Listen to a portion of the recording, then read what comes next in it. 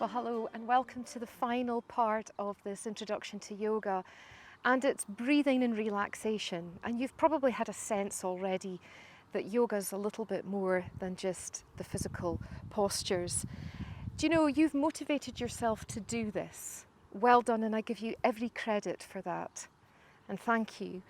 We also work in yoga on extending our breath, which hopefully improves the quality of our energy.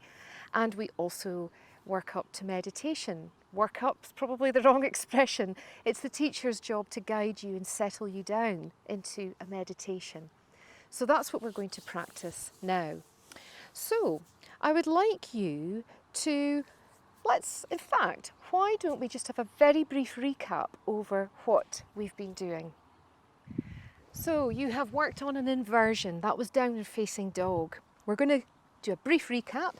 So coming into cat, tucking your toes under and allowing your hips to float up, your neck to relax and drop the head.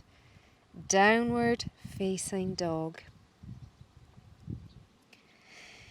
And you've also, as you drop your knees to the ground, done a back bend. Let's go to the first back bend that we did. Dropping your elbows down, lying on your tummy and resting your chin in your hands. Float up your feet and let the feet glide from side to side. And you've also done a forward bend. Place your hands next to your chest in line with it. Tuck the toes under and fold into extended child. And coming up to a kneeling position, you've done a rotation as well. So wrapping one hand across the opposite waist and wrapping the other hand round the back of the waist, spiraling the spine towards the sky. And repeating to the other side. And you've worked on lateral side stretches.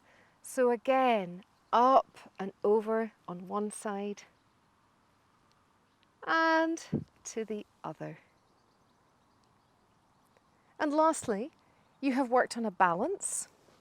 So we can do a bum balance. We can take our feet forward a little, tuck our hands under our knees, gently leaning back and drifting up the feet in boat pose. Or if you want a more challenging balance, tuck the feet under. The knees feel okay, balancing on the toes, palms together. We didn't do this one, but have a little go at it now. Anyone brave enough to drop the fingers and maybe stretch out one leg at a time? Don't worry, that's quite advanced. And remember, we listen to our bodies. So, well done. And we're going to come into a breath extension practice now. So the main thing is that you're comfortable. You might even want to lean against a wall and come into either crossed legs or have your legs outstretched ahead of you. And we're going to take the backs of the hands onto rest on the knees and taking a moment or two to allow the spine to be nice and long. And this is a classic combination, if you like, of effort and ease. We're making a little bit of an effort in the tummy, but we're easing across the shoulders, the collarbones, and the jaw, the face, the eyelids. And allow your attention to land on the breath. Start by noticing the breath. The inhale, the exhale, and those little micro pauses in between. Simply notice them now.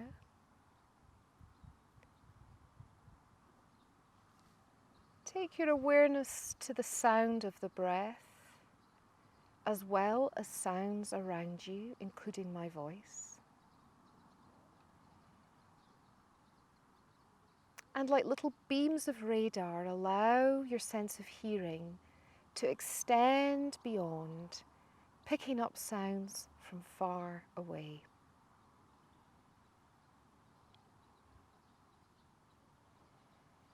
Notice the light bouncing from behind your eyelids and the felt sense of the body sitting poised and with ease on the floor.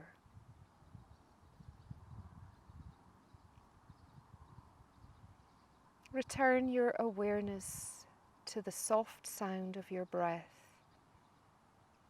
And if your breath is a little elusive, then gently contract the back of the throat so that the breath gently vibrates over your vocal cords, almost like the soft sound of waves breaking on a beach.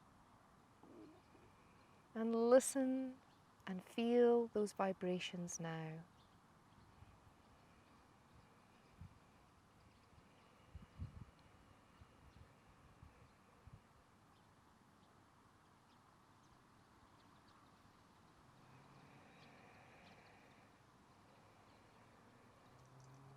I'm going to invite you now to bring your palms together, resting the thumbs near the sternum. Using that lovely resonating breath that you're cultivating, take your palms apart on an inhale,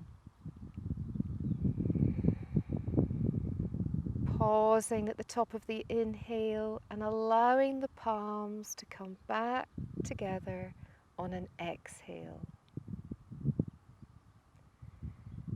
And this is you coordinating breath and movement beautifully. The inhale greets this wonderful expanse across the arms and the chest, and the exhale follows the journey of the palms meeting each other again. Do that another couple of times in time with your own breath.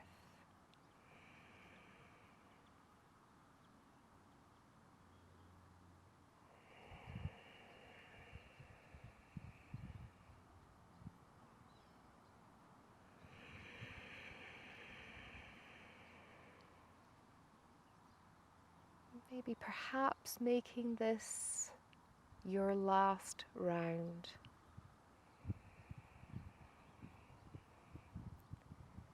And resting the palms onto the backs of the hands, onto the knees. Allowing your breath to return to its wonderful, flowing, natural state.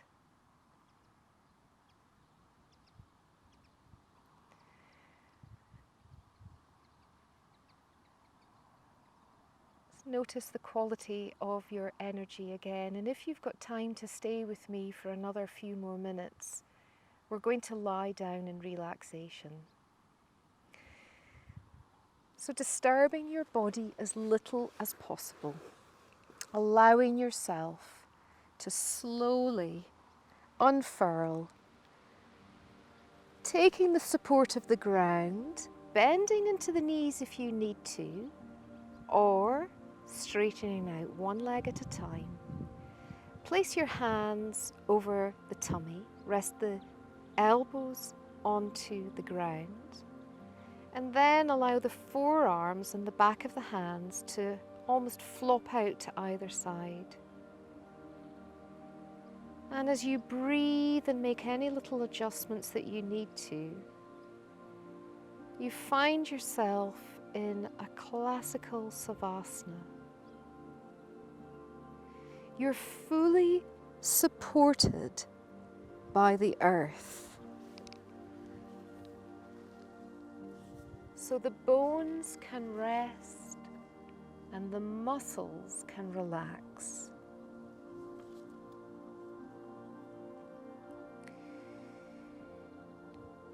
I have quoted during this little introduction simple yoga philosophy, some of it is over 2,000 years old.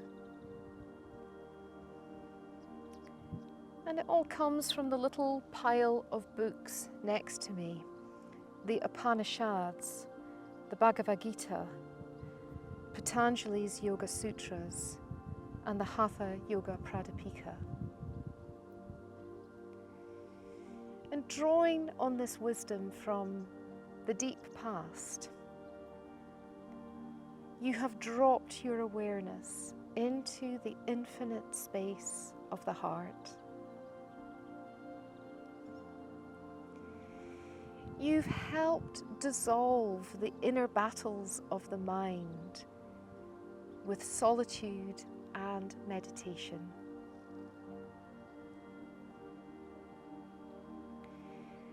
This, albeit brief, experience of yoga has perhaps improved the quality of your energy and that felt sense of energy. And maybe you're now experiencing a softening in the body and clarity in the mind.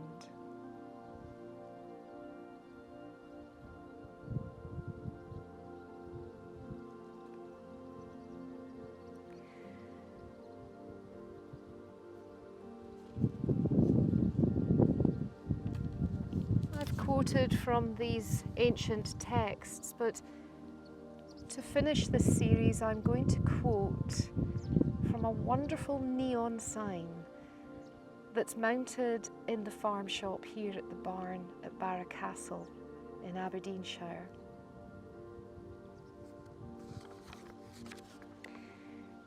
You are exactly where you need to be. You are exactly where you need to be.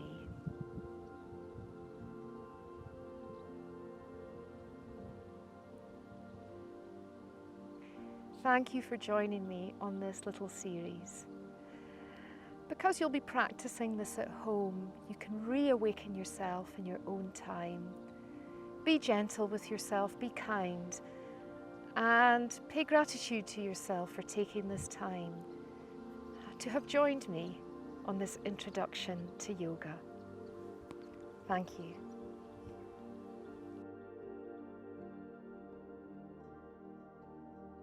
Well, thank you for joining me for this introduction to yoga.